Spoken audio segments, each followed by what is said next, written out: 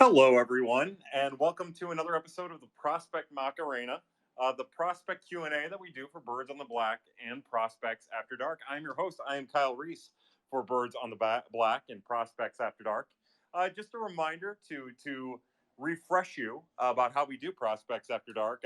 This little section of Prospects After Dark, known as the Prospect Macarena. We invite you to ask your prospect questions. Bring them on in. It looks like we already have a pretty hefty listener group here, and we also have a ton of stuff to talk about.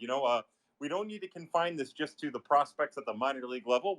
We're here to talk about the guys who have made a debut over the last week, maybe some guys who might make a debut in this coming week, as well as what's going on at the minor league level.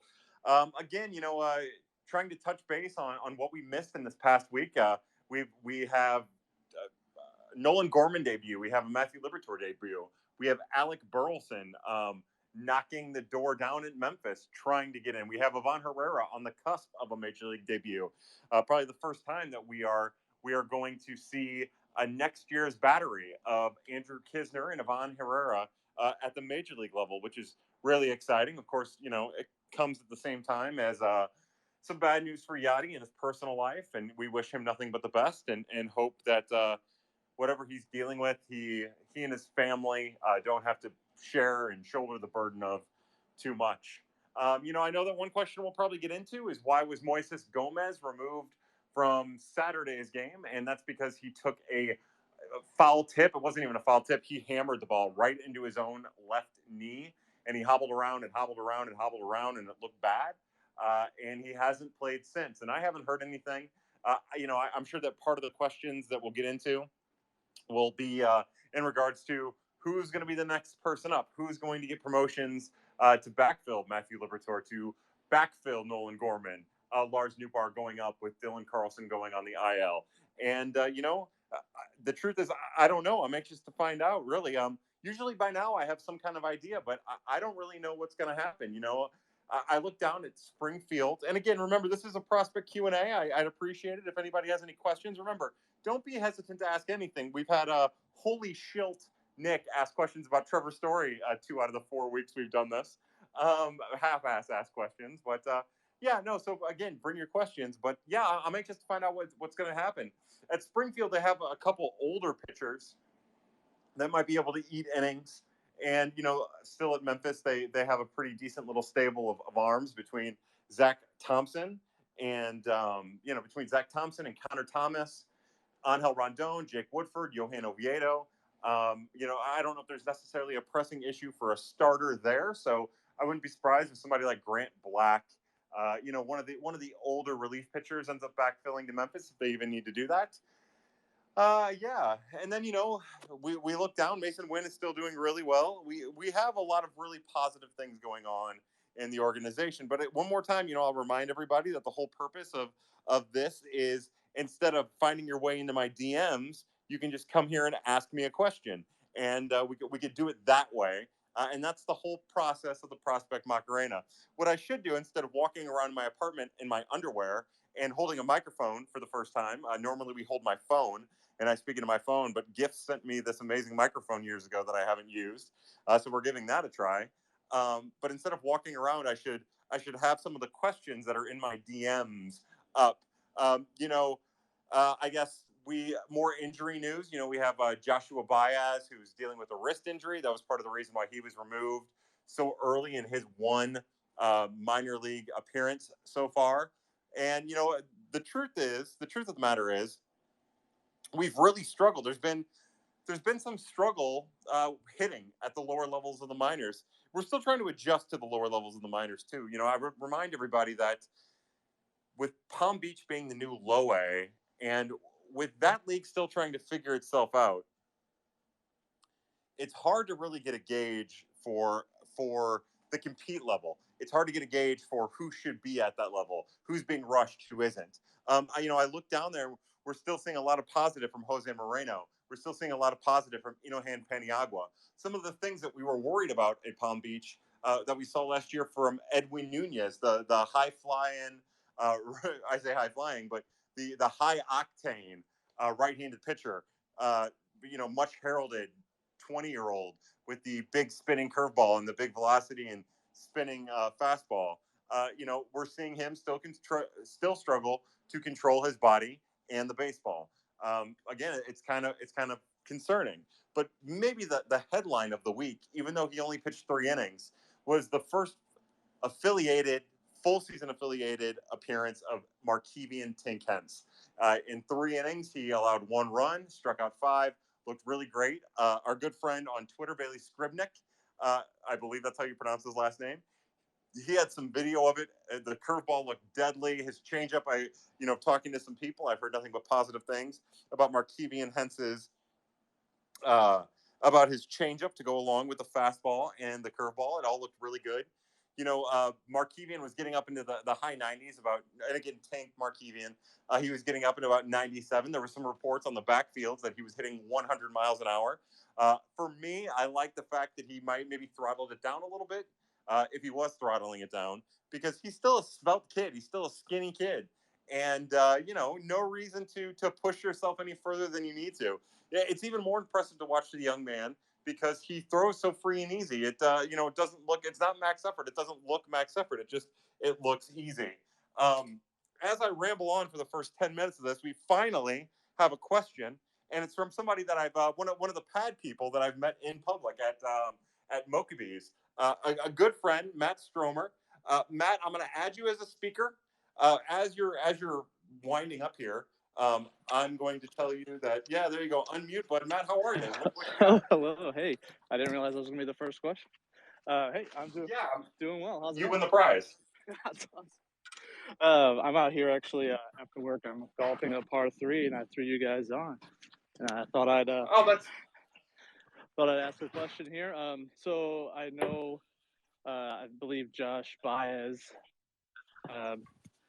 just got moved up for spring training or whatever they're doing in Jupiter right now, because the lower classes don't really exist anymore.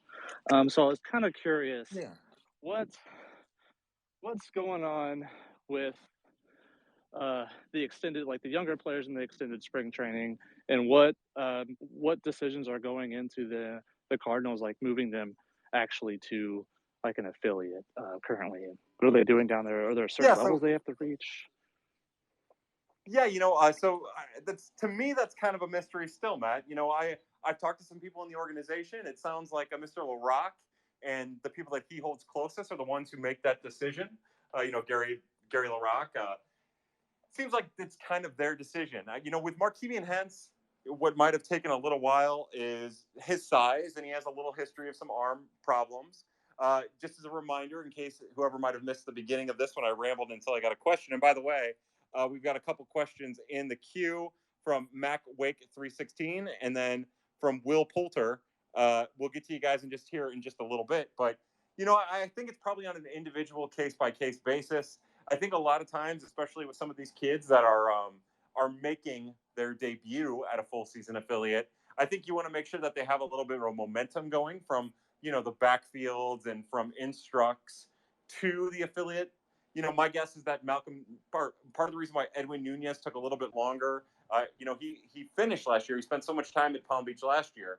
Why it might have taken him a little time to get going is maybe they finally got him going a little bit. Maybe they were finally starting to see the results that they were hoping to see, and put him in a position where they thought he would be successful, and it just didn't pan out. So I think as I ramble and as I say that last bit, I think that line right there, they want to put each one of these guys, especially the teenagers, especially the people that they've put a little extra money into a position to succeed. And I think that probably goes into it more than anything. The nature of last year, coming off of 2020, when your entire minor league season was shut down, I think that maybe pushed some people. Like, I'm sure Jordan Walker would have been at Palm Beach. I'm not 100% sure if Mason Wynn would have been, because he was still on a throwing program and a position player program. Maybe they don't get as aggressive with him following the lost 2020 season. Maybe they do, because he's such a special talent, athleticism and baseball skills wise. But I think that goes into it. I think they just try to pick their spots. They try to be smart. They try to appraise on the fly, kind of. And I know that with some prospects in the past, they've kind of had a date in mind for promotions. One of the positive things that we've seen out of Palm Beach, going from what is we'll call the complex, but since the complex is at Roger Dean Stadium, I'm going to try to differentiate them for the sake of the conversation. Call one the complex and the other Roger Dean, or the other Palm Beach. Is it just seems like they're in a unique spot. They're in a good spot. Not unique anymore, but like with Ryan Holgate, right? Ryan Holgate got off to a really terrible start for Palm Beach. The Cardinals' third-round pick gets off to the 70th overall pick gets off to a terrible start. Just can't hit, and it gives them a chance to send him back to the complex without really having to move him anywhere, to work on some stuff, and then get him back into the Palm Beach lineup when it's time to get him back in the Palm Beach lineup, when he's feeling good, when he's looking good, when he's working through it. So I think we are lucky.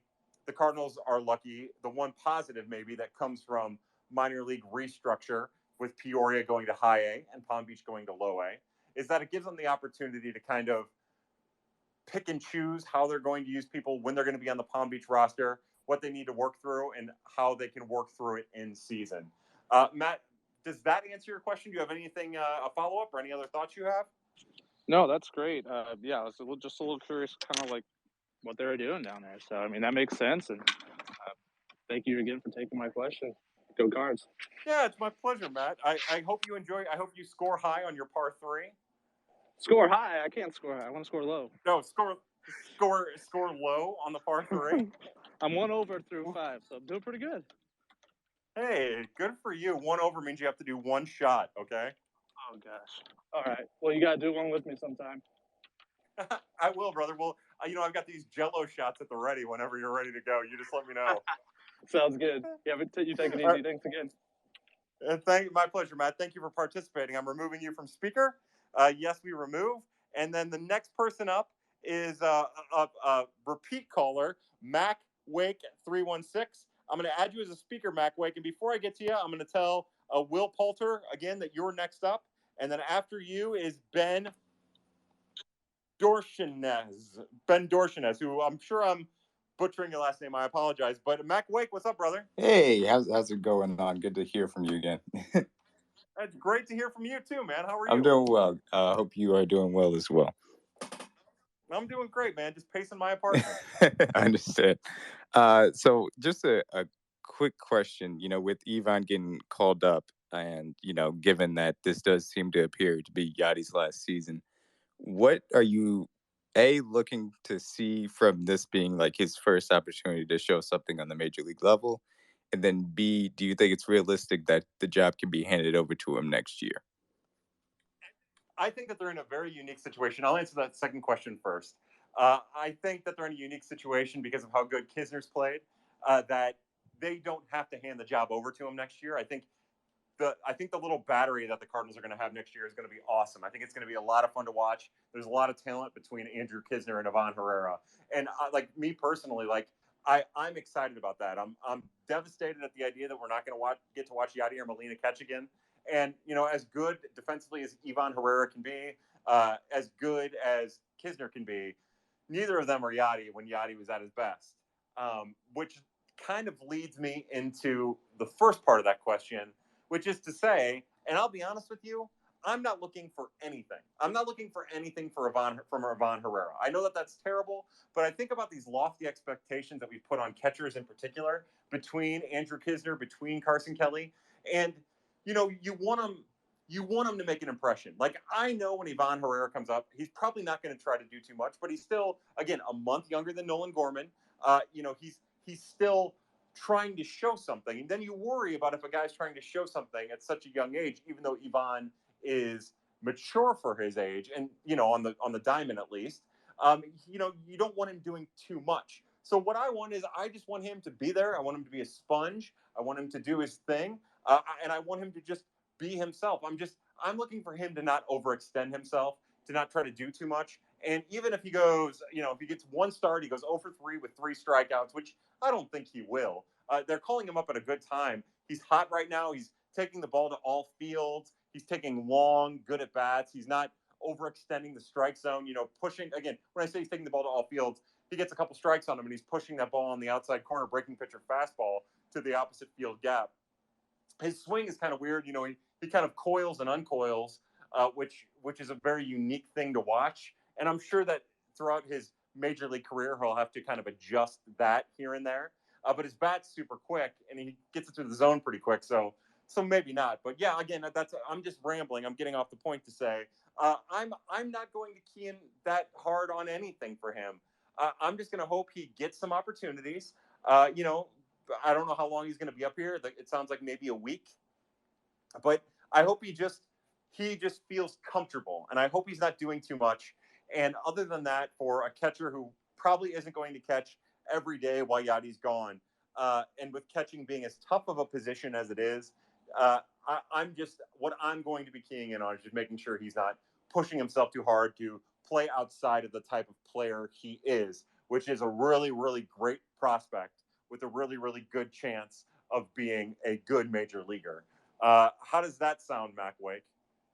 No, it's certainly understandable. It reminds me of the tweets that you had about Gorman and Liberatore coming over beginning of the weekend about people getting angsty. So I understand it from that perspective. Yeah, and again, I think it would be a little bit different if, say, Matt Wieters was the backup catcher, not Andrew Kisner.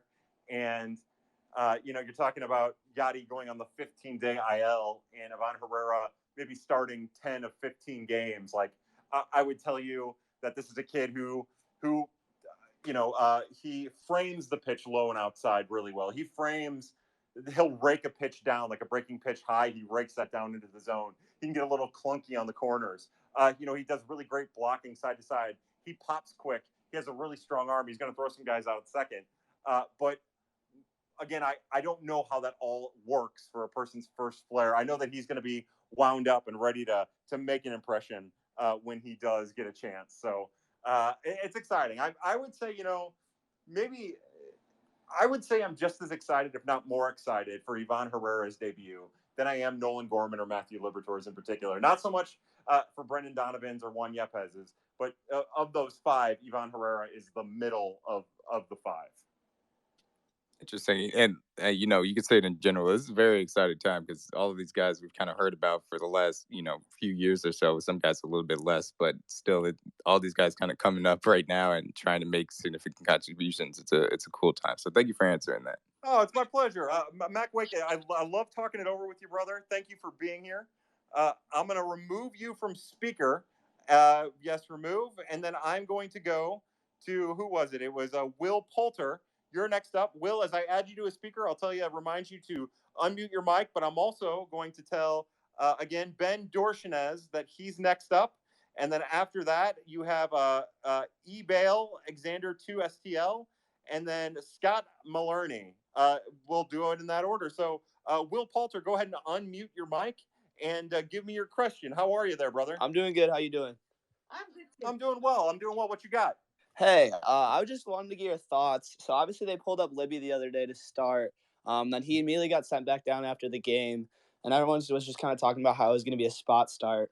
And then obviously they pulled him back up today after the injury to Matz. Do you think he's like concreted into the rotation until further notice, for like Flaherty comes back? Or I just want to get your thoughts on, is he long term there, or is he just going to be there, if he does well, or just what your thoughts are on that?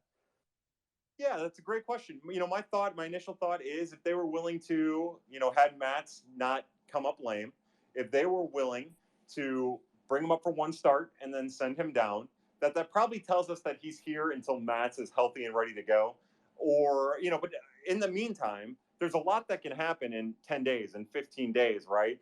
There are still some concerns about some of the other starters, especially not going deep into starts, and anything could change. What I feel like more than anything is this is his first real opportunity to earn the ability to stick around because of the lack of length that both Hudson and Hicks, although I'm more bullish on Hicks than I am on Hudson, the lack of depth that Hudson and Hicks have provided so far, as you get deeper into the season, becomes a little bit harder to have that taste in your mouth. So my guess would be that this is his first real chance to implant himself into the starting rotation, where just the one start before Matz got hurt was probably just get your feet wet for this opportunity, with the thought that the opportunity might be a month down the road, when in reality the opportunity is 24 hours later. Does that answer your question? Do you have any follow-ups? Anything else on your mind? Yeah, just to follow up with that, like, how do you think overall his start went? I thought it went relatively well for the first start, but I just want to get your take on that. He threw 4.2, had a few walks, but I just want to get your thoughts on that. Yeah, I think that a lot of the fan base, they're ready to kill Corey Dickerson, right? And it doesn't really matter what Corey Dickerson does. They're just, they're just ready to get rid of him. And the inside the park home run was tough, right? But I thought he was fine. It was interesting to me because I thought he'd be more psyched up. And I'm sure that one of the piece of advice that they gave him was just go in there, treat it like another start. Pitch like you would normally pitch on any given day. But I was anxious to see the version of Matthew Liberatore that I think is the best version, which is kind of counter to a lot of young pitchers, but like the super jazzed up, super confident, pitching with an attitude version of Matthew Liberatore. That's the best one. That's the guy who throws his fastball, the four seam high in the zone at 96, 97 miles an hour, mixes all four of his breaking pitches, the sinker, the changeup, the slider, and the curveball to lefties and righties all throughout the zone, and is walking off the mound before a third strike is called. And I know that has to be earned, so that was probably part of the thought process that went into it. But that's the best version of him. And my hope is in his next start, which it will probably be against Milwaukee, which probably won't happen. But my hope is in his next start he gets the chance to pitch with some of that attitude and pitch with some of that energy that he didn't necessarily show.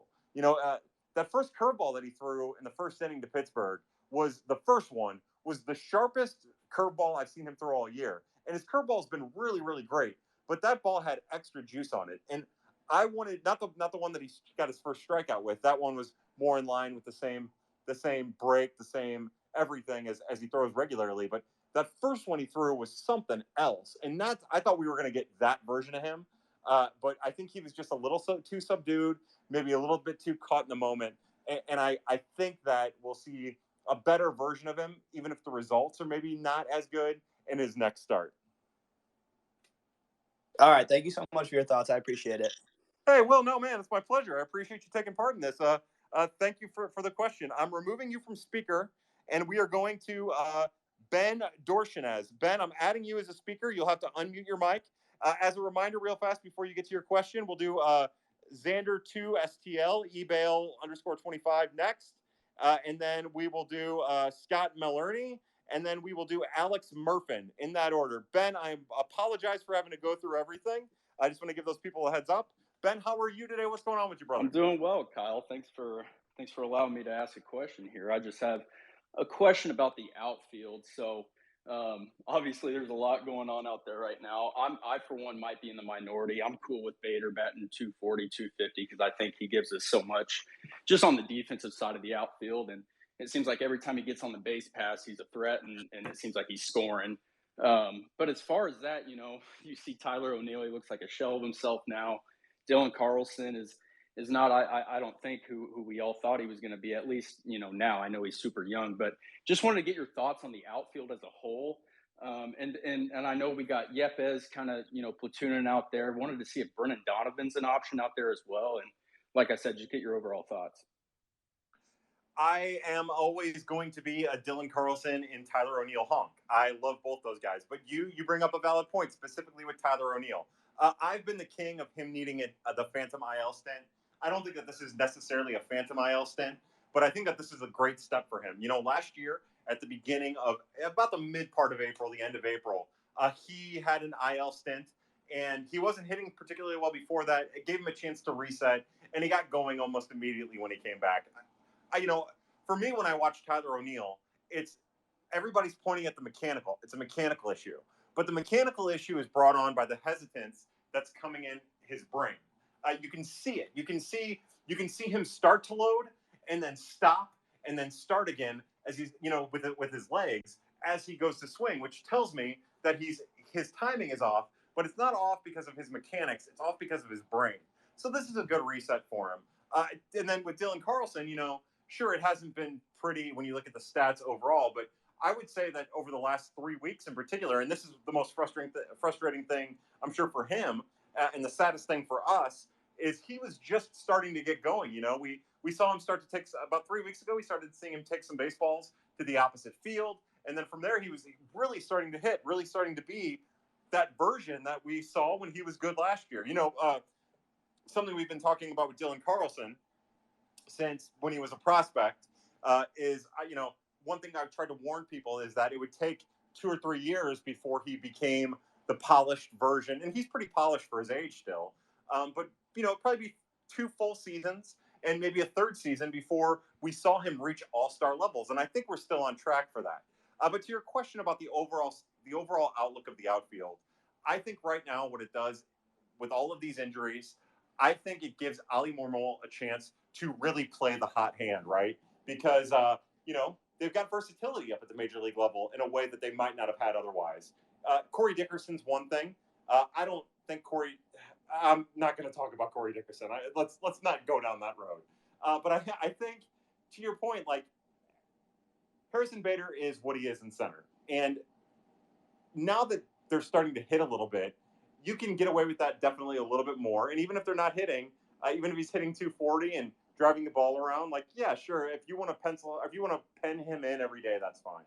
But between Edmundo Sosa, who can play every infield position, between Brendan Donovan, who now is capable of playing every infield position, Tommy Edman, who can play the middle infield and third, and then Yepes a little bit of third, a little bit of first, can mess around out in the corners a little bit. I think it gives Ali Marmol the unique opportunity to really utilize his entire roster. And since there isn't an incumbent, there isn't Tyler O'Neill or Dylan Carlson, and there's 2 open spots at the same time, it allows him to be creative, which is what I've always wanted. Like that was one of my major issues with Mike Schilt. I wanted the creativity. So I think my outlook on the outfield is get O'Neill back, get him healthy, see what he's got. Get Carlson back, get him healthy, see what he's got. In the meantime, run all these guys out until they are exhausted, run them out until they start to struggle, and then see where it goes from there. I think you guys know me, right? You know that I'm a big Juan Yepes honk. You know that I'm a big Brendan Donovan honk. I think both of those guys are going to continue to hit, and I don't think it's going to matter where they're playing. I personally believe Juan Yepes could handle maybe one of the few young players, 24 under players, that could handle the permanent DH role. Maybe playing in the field once a week or twice a week if you had to get him out there. I think Brendan Donovan is a really great utility defender. The point I was trying to make last week about Tommy Edman being the better utility option is I think, by and large, Tommy Edman can be a better defender at multiple positions on the fly than Brendan Donovan can. But that's not to discredit what Donovan can do. Do you think Dylan Carlson can afford to add about 10 to 15 pounds of muscle to his frame? And 2, who has the better major league career, Jordan Walker or Nolan Gorman? Oh, I'll say Jordan Walker for that second one. The strikeout rate with Gorman has me worried. It's always had me worried. And I've always thought that Gorman, by the time he got to the major leagues, would actually see his walk rate increase because I don't know if he seems like the kind of hitter who would have like a 6 to 7% walk rate at the minors and then somehow in the major leagues get it up to 10. I think that people are still very confused about how to pitch to him. I think they'll stay confused about how to pitch to him because he hits breaking balls so much better than he hits fastballs. And I think that as a slugger, I think that that's hard for hitter or pitchers to wrap their mind around. And when he's on, he's really going to the opposite field too, which is special. I just think, I live in a fantasy baseball world, right? So offensive production usually means a little bit more than defensive production. And I don't really know where Jordan Walker is going to land. I've said for a long time, I think it ends up being in corner outfield. I don't think it's going to be at third base, which his camp hates me for saying. They think he might be able to play short. Again, I don't see that exactly. But I just think that what Jordan Walker can do with the bat, not just from a slug perspective, but, what he's capable of doing from an approach and production standpoint, I think it's going to be that. And to your question about Dylan Carlson, if there's one thing Randy Arozarena during COVID has taught me is that every player would be better if they ate chicken and rice every day and did 200 push-ups. I don't know how easy it is for some players to hold on to 15 extra pounds. I can't speak for Dylan, and I shouldn't speak for Delvin Perez, but I think about watching Delvin Perez last year. Delvin put on 10, 15 more pounds than he had the prior years. And by the end of the year, he seems skinny again. And that's because the Major League season is grueling. You can eat 2 pizzas a day with a super fast metabolism and, still and play baseball for 4 or 5 hours, be at the stadium for 8, 10 hours a day, maybe 12 in some cases, and lose weight that day. So to me, it seems like Dylan has done a really good job of putting on a little extra weight at the beginning of the season and then watching it kind of fall off of him at the end of the year. So to me, it's not necessarily maybe, and I don't know his workout routine. I don't know. But to me, with a guy like Dylan Carlson, it's more about maintaining that muscle strength, that muscle mass throughout the year, it maybe being more advantageous than actually adding that muscle. Does that make sense? Yeah, that makes total sense. And like I said, I really appreciate you diving in on both of those and appreciate your insight, Kyle. Go Cards. Ben, no, it's my pleasure. Thank you for participating. I really enjoyed it, and you had some great questions there. All right, I'm going to remove you from a speaker. Tell you thank you one more time, and then again we're gonna end up going to Xander to STLE Bale _25. I'm adding you as a speaker. I'm reminding Scott Malerney that he is next, and then after Scott Malerney is Josh Brown. Josh has a really awesome podcast too. That's a Winner podcast, so I'm anxious to see what he has to say. But Xander, go ahead and unmute your mic down there at the bottom. You'll see mic is on, mic is off. Go ahead and unmute your mic and give us your question. How are you today? I'm doing all right. How about yourself, bud? First of all, can you hear me okay? Yeah, you sound great. I'm having a good day. Sweet. I'm having a good day. That's what I want to hear, man. Hell yeah. Anxious to see if we can get this in before the Cardinals start. I love it, though. I prefer to answer questions all night. So my question, I kind of want to go back to pitching. So obviously with Matt's being injured and Hicks kind of struggling with his command right now, if Matthew Liberatore doesn't, let's just show that he's ready, do you think that the Cardinals will look to go outside the organization to maybe find some additional help? And if they do, who do you think are some realistic names that they may pursue if they go that route? Man, that's a great question. I don't think that they'll realistically look to go outside of their organization until they get closer to the trade deadline. I think that they still, again, one of the things that we've seen, they're very top heavy from a prospect standpoint, not to diminish some of the talents or some of the prospects that they have at the low levels of the minors. But, specifically with pitching, they're pretty top heavy.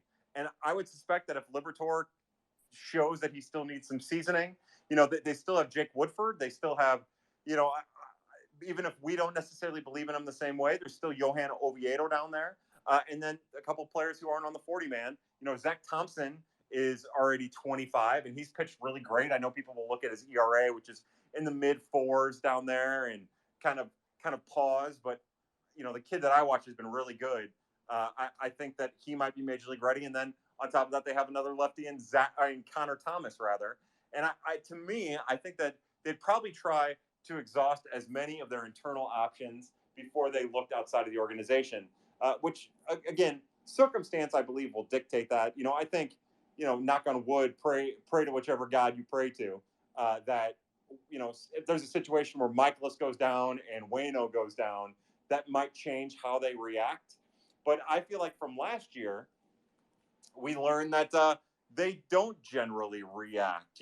They're not really reactors. They know at that point that they're kind of held over the fire by other teams, and the asking price usually gets out of their comfort zone.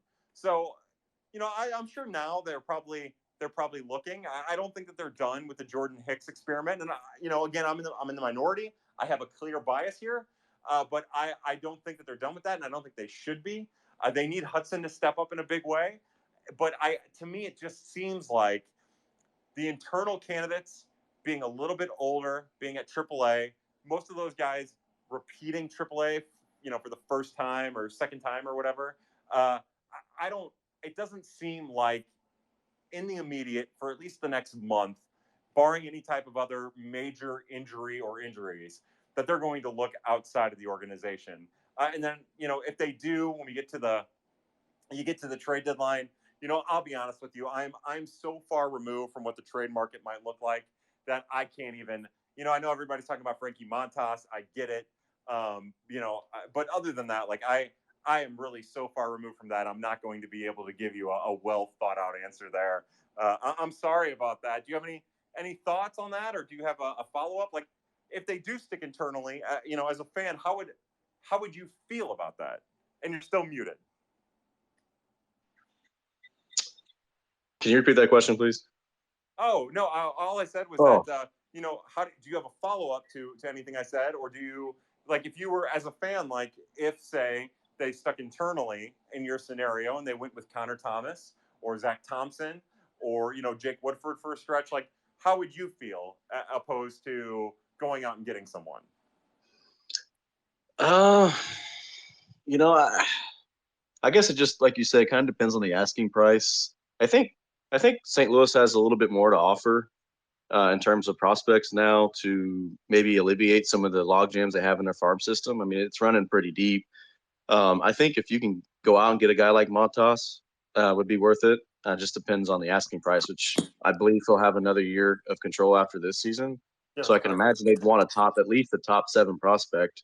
But I don't know. I mean, if you think they go outside the organization, they may look at somebody like Jay Happ again, or maybe some like a John Lester or Jay Happ type pitcher. So honestly, I don't think that those type of dudes are going to give you more than what your internal option can give you. So honestly, I'm realistically, like you said, St. Louis doesn't really go outside the organization and make a splash. Say someone like Frankie Montas. So even if the internal options struggle to an extent, I don't really think that St. Louis is going to go outside the organization. So it's not really going to make a difference, I guess. I would obviously be upset, and obviously Cardinals fans would be clamoring for a pitcher, but we all know that that's probably not realistic. So I just hope that Jack Flaherty can come back soon. I hope that Liberatore can cement his role and make an impact. If that could happen, I think this question becomes relevant. So I guess my other follow-up would be that Boston is starting to win games now. So I think my username is becoming more relevant by the day. So maybe I can change my name to JHAP to STL. Do it. That's how you handle it. I love it. That's a great comment. Or I can go all in and say Frankie to STL. There you go. See if you can get that going. I know for a while there, one of the members of our Star Wars chat, Aaron Mullins, was tweeting out another day, reminding everybody that the Cardinals need to trade for Montas. So yeah, do it. Let's see what happens. And if it happens, then we'll send I'm kind of curious. I'm kind of curious too. Like, let's say Montas is available and St. Louis pursues him. I'm really curious what a package would look like. I obviously you think Burleson would be involved in that. I'm curious what a package would look like, to be honest. Now that you mentioned it. Yeah, I really don't know. Like you said, that extra year of control having next year. I think it just depends on what teams are asking and what other teams are asking about Montas and how that market develops. I think about a couple years back with Archer, how that all developed, the prospects involved in that.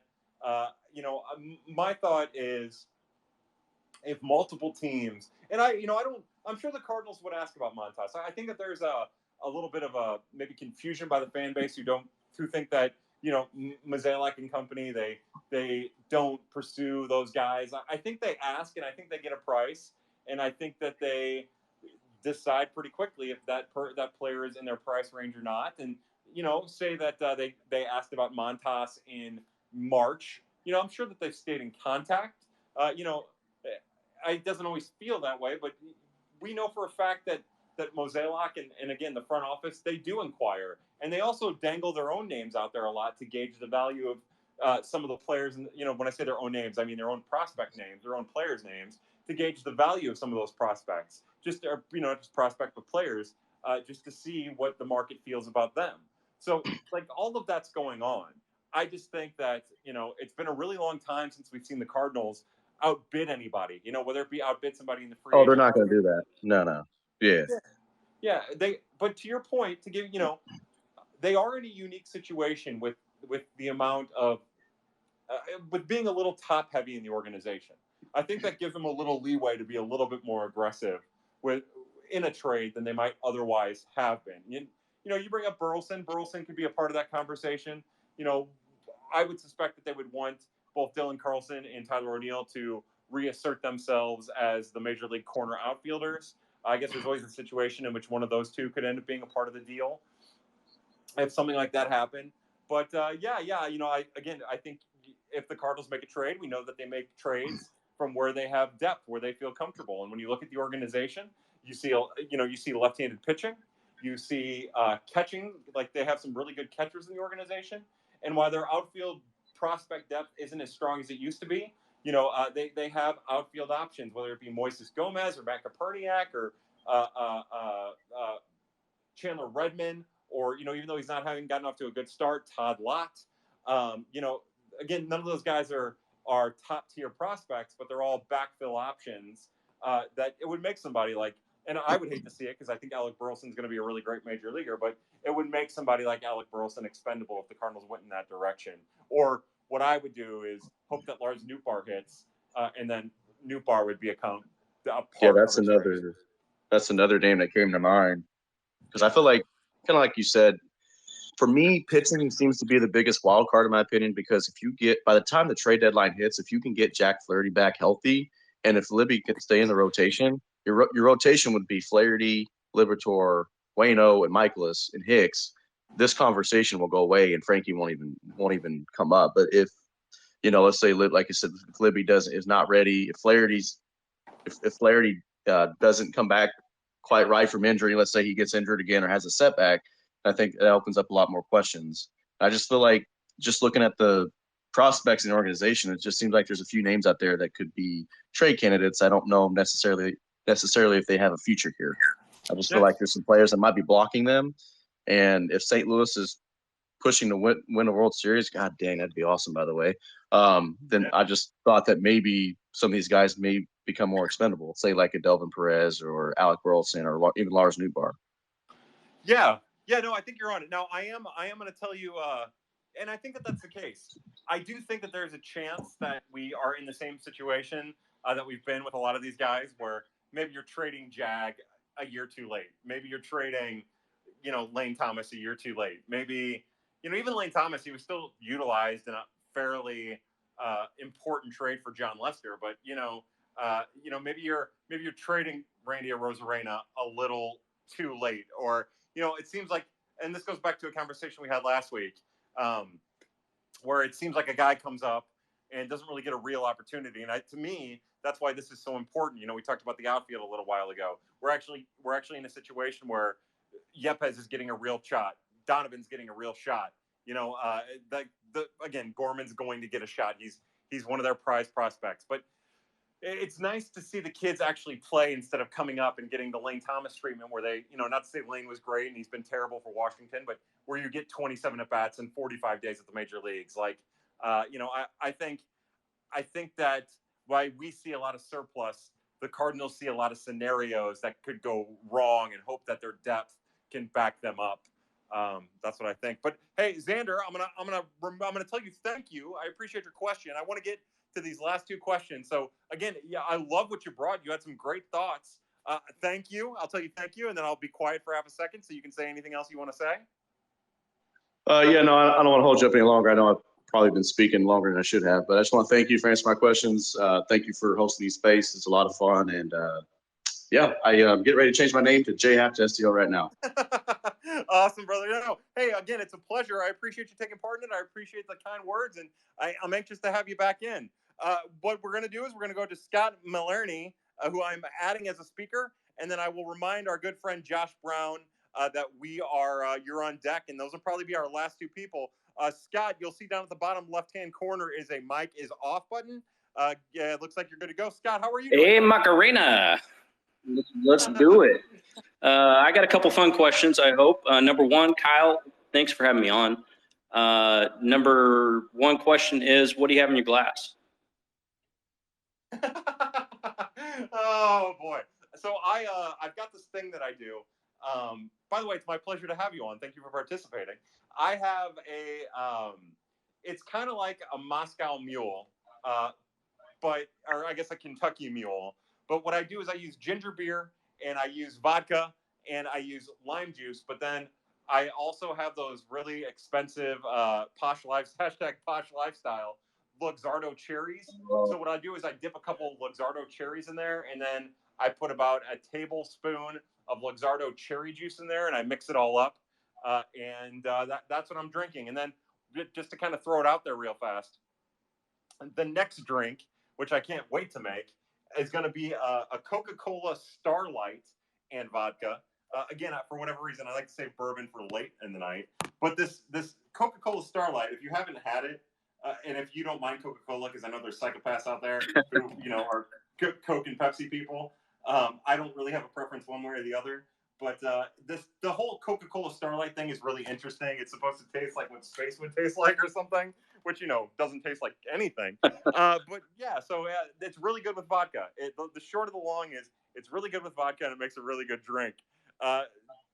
Yeah, what about you? What are you drinking? Anything? Oh, I drink it straight, Kyle. I'm crazy. You. I actually have a bottle of Courage and Conviction from a Cuvée cask. It's a single malt maker out of Virginia that's really delicious. That's kind of a unique that a friend got me. So I was like, this calls for a unique drink tonight. Oh, that's awesome. I appreciate that you're experiencing a unique drink. Feel free to DM me with that. I'd love to try to track down my own. And normally it's the hard stuff for me. Normally it's just bourbon on the rocks, usually a little ice.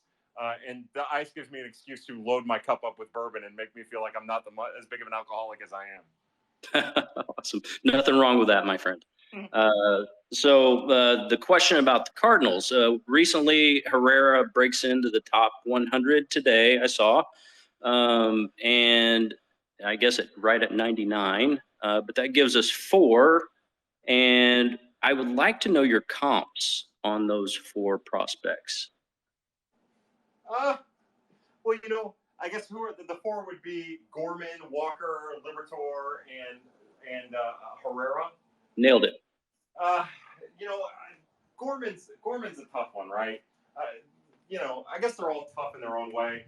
So the thing, let me start with Matthew Liberatore. To me, that's the easiest. I think people forget that there was a time when Steven Matz was a really highly thought of prospect in the Mets organization. Steven Matz was like a 2-time top 30 prospect.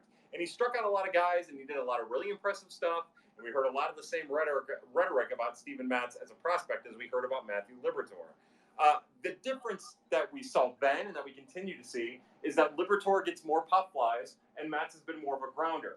A ground ball inducing pitcher to go along with the strikeouts. So I know that we have a version or a thought of Steven Matz now, but there was a time when Steven Matz made like his major league debut for the Mets. He was in his early 20s. He threw like 90 innings. He had like a 2.4 ERA. He was promising. He was really interesting, and I think that there's a combination or a comparison to be made there. Again, they do it a little bit differently, specifically going back to Matz as a prospect for the Mets. But I think that like if Matz would have stayed healthy, then that's a different picture than what we are seeing now.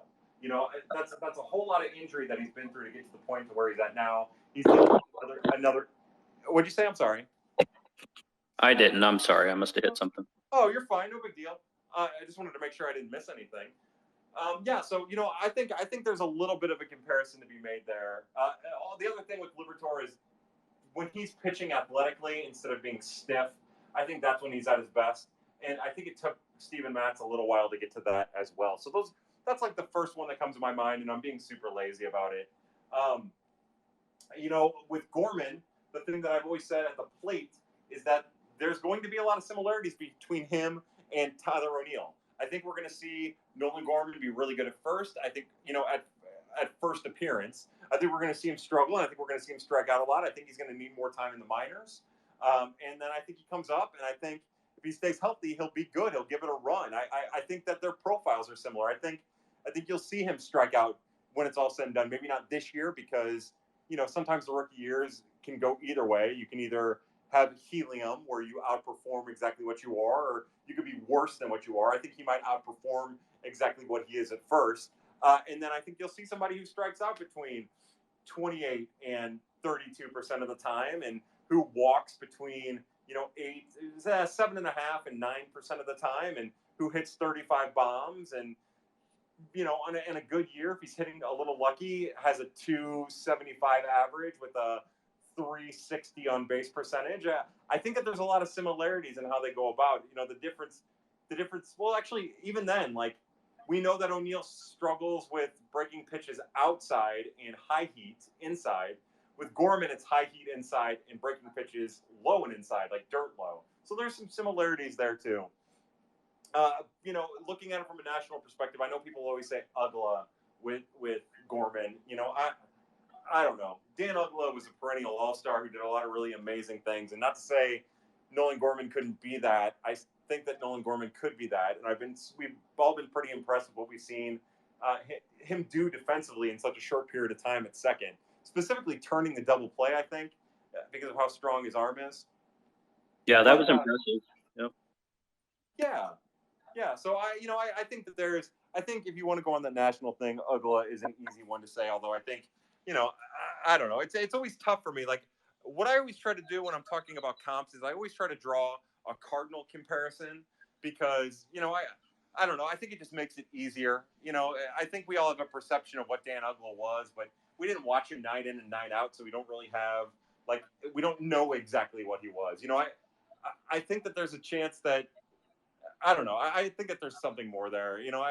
I don't know. I think he's still so young. I think he's still making adjustments. I think what we've seen from Nolan Gorman, getting better defensively at second. I think the way that he's handled outside breaking pitches, outside heat. I think that he has a chance to be something really good. Jordan Walker, I don't even know what to compare him to. His defense at third is clunky. His throws go awry, but his arm is super strong, and he's super athletic, and he has better speed than you would expect for somebody from his size.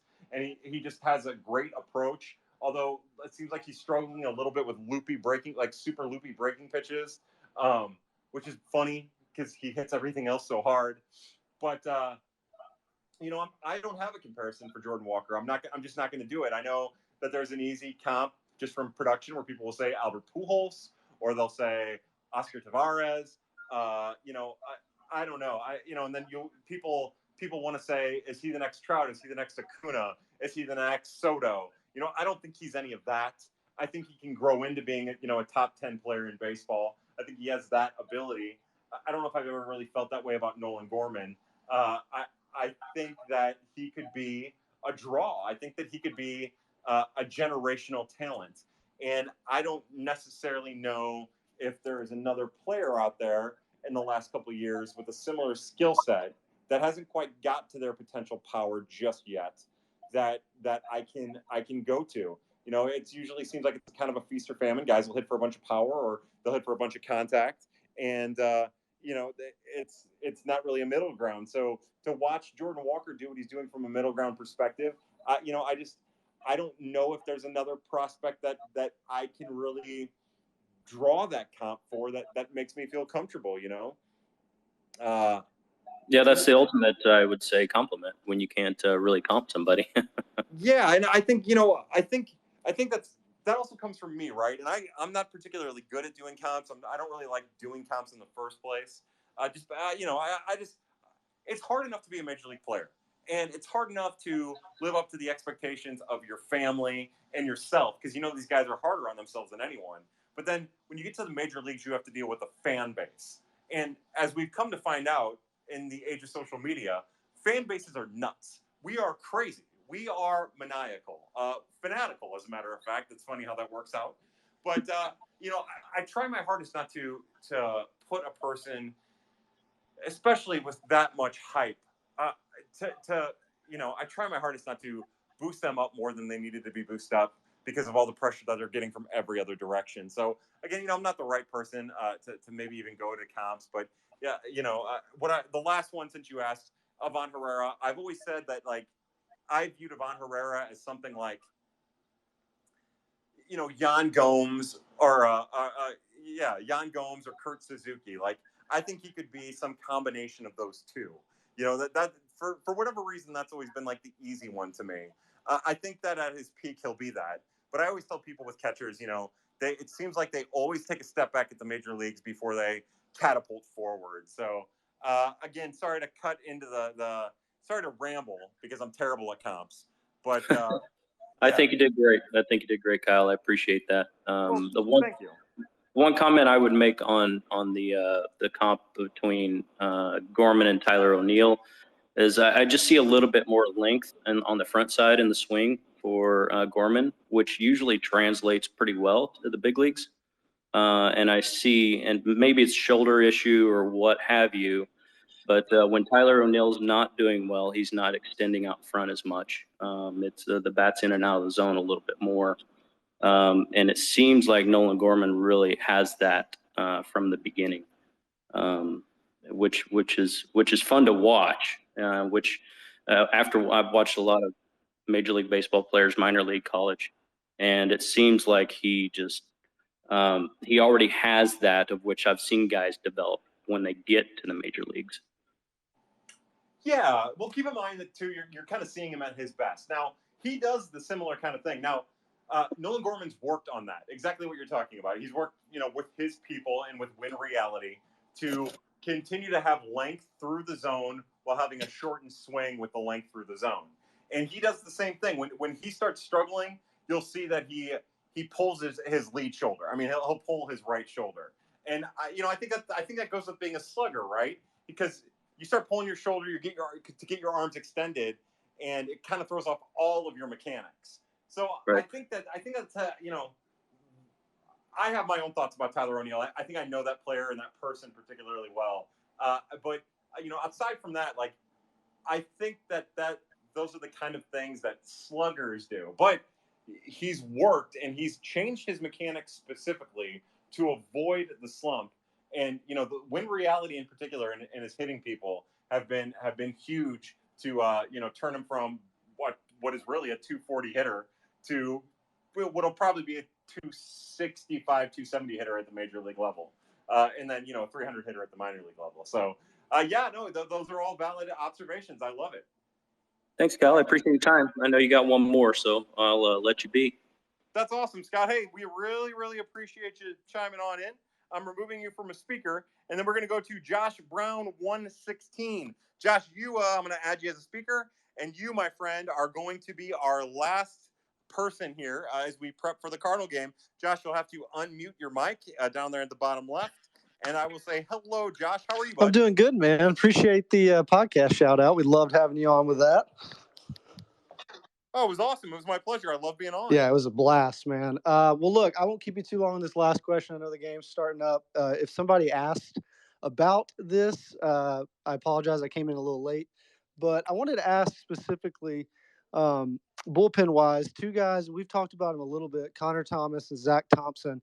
Do you see those two guys having any opportunity in the bullpen this year? And the reason I ask that is because it seems like TJ McFarland, I know he had 3 scoreless yesterday. It was kind of a mop-up role, but even if you watch towards the end of that game, those 3 innings he pitched, I mean, there were some balls that were getting hit pretty hard. He's just clearly has not been the same guy as maybe the lightning in the bottle we caught last year with all the double plays that he got. But do you see either Connor Thomas or Zach Thompson getting a shot to come up to be the second lefty in the bullpen if McFarland keeps struggling like this? Because Thompson, I was looking at today because I got to thinking about this.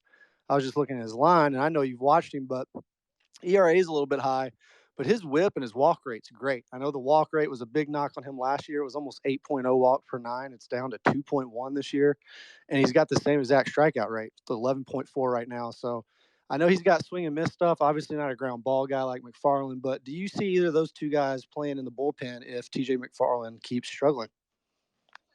To me, it'll be, Pecky Naughton will get the first call at the TJ McFarland spot. It goes back to the Cardinals and the pecking order, especially on the 40-man. That's kind of how they do things. A reminder about TJ yesterday. You're right, he got hit hard, but he also threw like 50 pitches, which was nuts. I think the Cardinals will hold on to that longer than fans will tolerate, for worse, probably more so than better. But I do think that there's a better chance that Zach Thompson finds his way into the bullpen than Connor Thomas. With Thomas, he just has more of a starting profile. A bunch of pitches that spin appropriately. He works quick, throws strikes, get ground balls. He's more their style. If you're asking for a replacement for TJ McFarland, maybe he does make sense because of how the track record of getting ground balls. Maybe there is an easier avenue to replace TJ McFarland with Connor Thomas than you might think. But I think Connor Thomas is a starter. I think if he's going to have a lot of success, it's going to be as a starter. And the guy who profiles more as a reliever of those two is Zach Thompson. I could envision a situation in which Zach Thompson has the Genesis Cabrera role. Maybe makes one start or two starts, and then he finds his way into the bullpen and is a very valuable bullpen option for the St. Louis Cardinals. I think, his changeup. First off, one of the big things with him is his fastball velocity just has so much more velocity on it as compared to last year. You're talking about on average, 6 extra miles an hour. Arm healthy, arm strong. Because of that, he's getting more swings and misses, about 8% more. Again, positives. His curveball also is spinning the way that you want it to spin. His slider and his changeup have been kind of weird. His changeup has been good. It kind of has deep fade to it sometimes. His changeup has been pretty good. He just hasn't thrown it a lot, and he's hardly really using his slider. So because of that, I think he's the type of pitcher that could get away with being a really, really devastating late inning option, going fastball and curve, and making a really good major league impression out of the bullpen. So of the two, I would suspect it would be him. He's a little older now. We forget about that because of the lost 2020 season. I had a lot of people bringing up last year when he was struggling, like, oh my God, he's so old and he's at AAA and he's struggling. And that's why we try to always talk about the context with him, about how that was his first minor league season. Even at an advanced age, being assigned to AAA was tough. He was obviously dealing with arm fatigue issues because his velocity was down. So to see him healthy now, it's been a pleasure to watch. Don't just look at his strikeout rate. Don't just look at his walk rate. Look at that FIP. ERA is tough, right? It tells a very small portion of the story. But look at the FIP, look at the xFIP, and I think that gives you a better idea of just how good and maybe major league ready Zach Thompson is. So yeah, I would suspect Thompson. I'm hopeful that we get to see Zach Thompson at some point this year. I'm not exactly sure what it looks like or what happens when it happens. As far as what roster moves might make it to that point. But of the two, and you guys know I'm a big Connor Thomas fan. If I had my way, I probably would have gone with both Thompson and Thomas before I went with Liberatore. But that's not to take anything away from Matthew Liberatore. It's just to say that I would have liked to have seen Connor Thomas get a chance to start, especially now that he's back to being on track. And I would have liked to have seen Zach Thompson get a chance to start because, in my opinion, he's been the better of the two pitchers. But yeah, I think we'll see one of the two, and more than likely, whichever one of those two will assert themselves in the bullpen. I know that was kind of a long, convoluted way, Josh. You have any other thoughts about that? No, that was great, man. I think the Cabrera comp to Thompson's great, especially with his fastball and the strikeout rate. I guess the last fun comment I'll make is hopefully we get to see Lars Nootbaar maybe get some at bats. I saw he's using the hockey puck knob like Goldie and hit 3 home runs the other night. Maybe the whole team needs to start using this hockey puck knob. I'm gonna use a hockey puck knob on all my tools at work and see if it makes me a better worker. Fantastic. No, you're right. Hopefully he gets a little run. I know fans are tired of Corey Dickerson, and I understand it. And I'm with you. I would have liked to have seen Lars in the lineup tonight after hitting 3 home runs yesterday. Well, let's hope maybe if it was just a little travel lag or something, and he'll be in there because, yeah, I think from what we saw last year, even defensively, he gives you more there. Offensively, he's shown he can handle the bat some. Maybe that send down initially was because they knew they wanted to give Dickerson some run. So, but you talked about Donovan too. I mean, he's in right field tonight, and he seems like a guy who's played fine out there as well. I mean, I would have no problem with Carlson and O'Neill out, seeing Donovan and Nootbaar in the corner outfield spots. Yeah, my thought is simply whatever keeps Brendan Donovan and Juan Yepez in the lineup. That's really all I care about at this point. I hate to be dismissive of Lars Nootbaar. I like Lars a lot.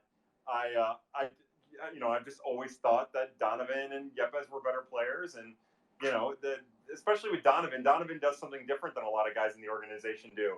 He has a whole different approach. You know, he can do a lot of things a little bit different with his at bats. And yeah, you know, I'm fine with Lars being a fourth outfielder, even if it's, you know, the fourth fiddle to Yepes, Bader, and Donovan, as crazy as that is. Well, that's all I had, man. I appreciate it. Thanks for doing these chats. I think I'd speak for everyone when we say these are awesome. We love doing it. So. Well, awesome, Josh. Hey, thanks a lot, man. I'm going to put you on speaker. I'm going to remove you from a speaker. I'm going to tell you thank you. I'm going to remind everybody to check out That's a Winner podcast. I also see my good friend Matt Thompson is in here. Matt does Prospects Live. Check out Prospects Live. And hold on, let me make sure that this thing is still on. Yeah, check out Prospects Live. They do awesome stuff, especially as we ramp up for the draft. I love my friend Matt Thompson. But Miles Michaelis is throwing his first pitch. It's a ball. His second pitch is a foul ball strike. So for everybody at Prospects After Dark, everybody at Birds on the Black, for Cardinals Gifts, I'm Kyle Reis. This was another episode of the Prospect Macarena. Thank you for participating. And I guess, as somebody said a second ago, we'll end this with, hey, Macarena.